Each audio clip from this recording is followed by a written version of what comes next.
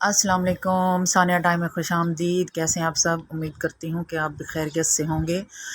मैंने जी बनाए ये मज़ेदार चटपटे और बहुत ही खस्ता करारे और नरम मुलायम, ऊपर से खस्ता और करारे अंदर से नरम और मुलायम कच्चे आलू के कबाब। मैंने लिया एक बड़े वाला मोटे साइज़ का कद्दूकस, उस पे मैंने 2 बड़े साइज़ के आलू कद्दूकस किए और फिर इनको मैंने कद्दूकस करने के बाद मैंने इन्हें डाल दिया पानी में ताकि ये काले ना हों।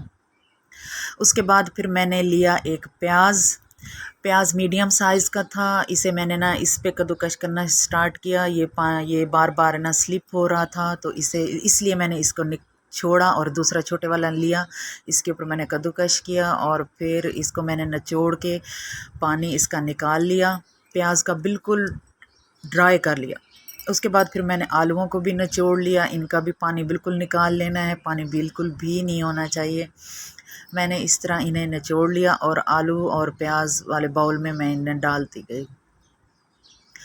उसके बाद फिर मैंने इसमें डाली कुटी हुई बारीक हरी मिर्च, हरा धनिया, पुदीना और बाकी स्पाइसेस।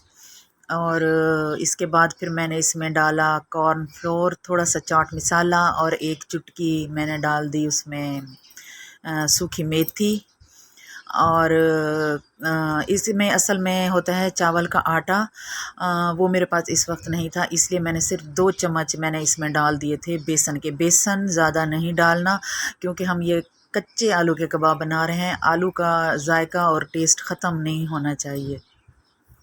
उसके बाद फिर मैंने इसे मैश किया और फिर मैंने इसमें देखें 2 चम्मच बेसन के डाल दिए और फिर मैं इसे ना फ्राई करती गई। ये बिल्कुल बहुत ज़बरदस्त बने थे, क्रिस्पी और है ना अंदर से बिल्कुल सॉफ्ट, कोई पकौड़ों वाला टेस्ट नहीं था।